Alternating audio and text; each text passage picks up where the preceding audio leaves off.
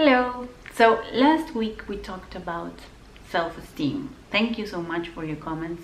Today I'm continuing the self-esteem video, but I want to sort of interlace both and explain one of the examples why it's so important for you to have a strong sense of self, strong self-esteem, so that you can face these types of people, such as the covert narcissist. The covert narcissist has this aspect that it's like very, very disgusting, very, very interesting to say the least, and that's the being Janus-faced individual. They present their family with a face, and to the outer world they present a different face, another face of themselves. And this is very, very clear, like literally they do this.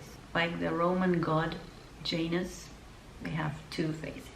We all do have different aspects of ourselves, but when it comes to PD, personality disorders, it's very clear that it's so drastic and different, right? It's like opposite. Inside the family, they present this version of themselves that is sad, bitter.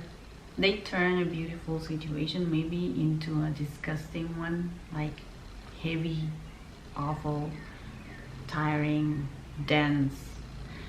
And they have this face, you know, like criticizing face, judgy face, and that's how they treat their family, you know. But the same person outside in the world with friends, co-workers, maybe even sometimes, they have this happy face, nothing to do with the face that they show at home and the let's say the mood they have at home.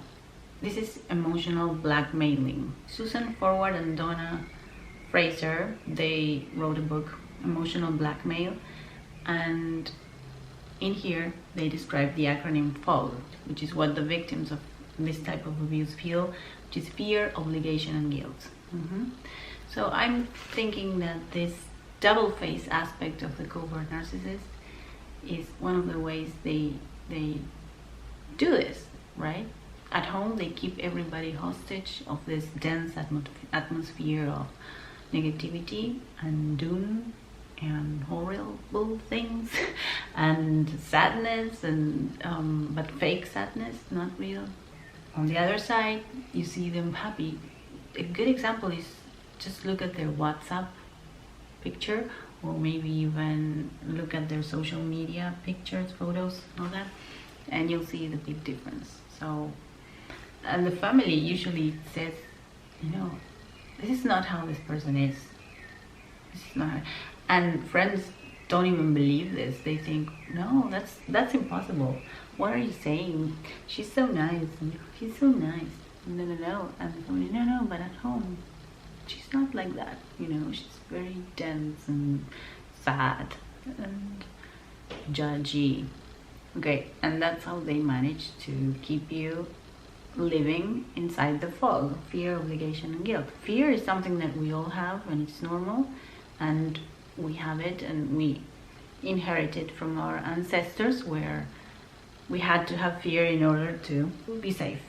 Okay, and it starts a mechanism in our body that prepares us for fight or flight, and that's good. But then fear is sort of corrupted and used against yourself, because you're always on fight or flight, and then that's what they want, right? You're constantly stressed and giving supply to this person.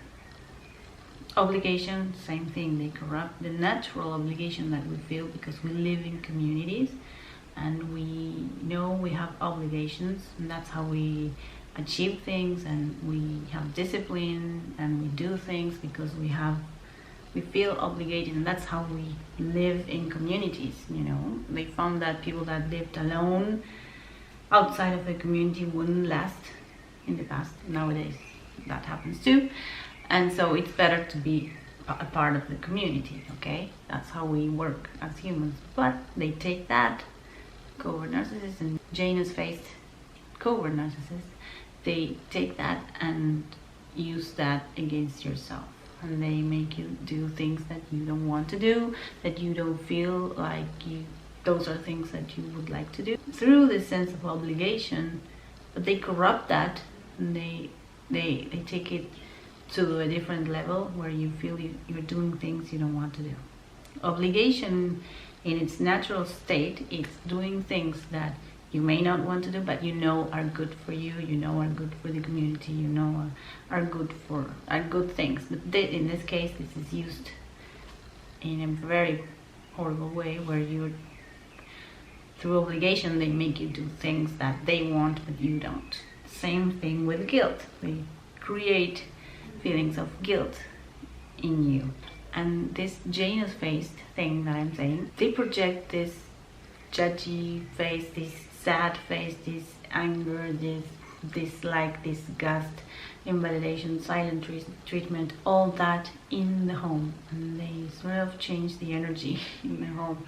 And everybody is expectant, waiting to see what this person wants. What I didn't do and I should be doing, oh, there's something wrong. And that's what creates a lot of the symptoms of CPTSD, that targets of this type of abuse feel. What to do about this?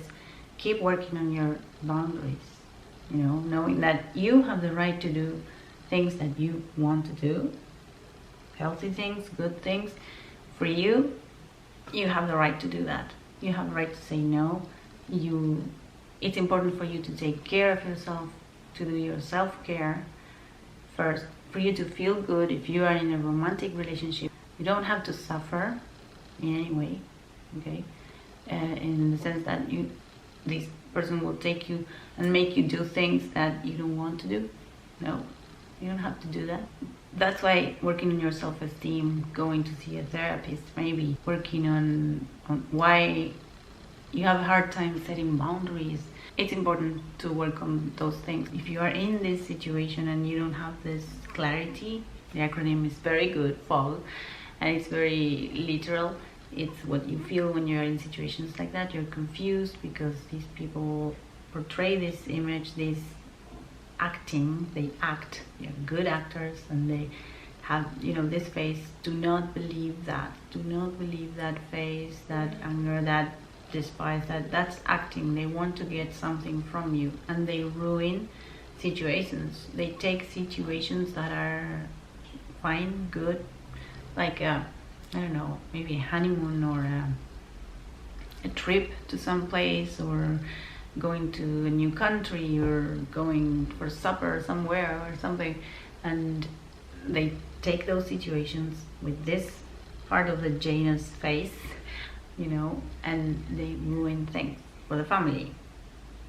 They get supply from that, they get results from that, things they want to achieve, and they get the attention from everybody, and it's okay for them. That works, and knowing that you are in that and that's happening, and hearing this from me, I think might help you see that, oh, this is happening to me.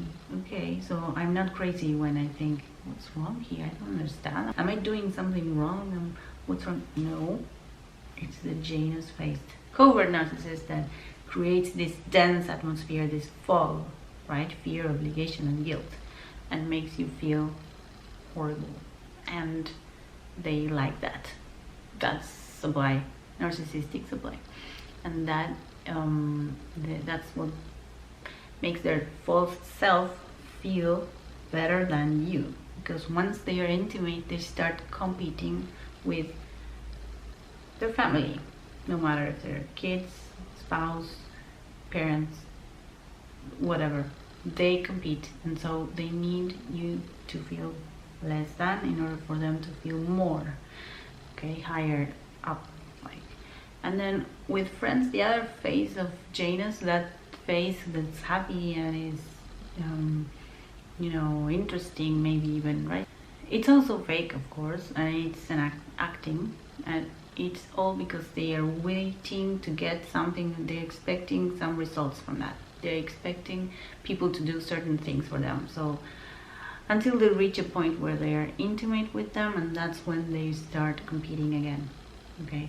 And so keep in mind, they have these two faces, right? One for the exterior part of life, and one is for their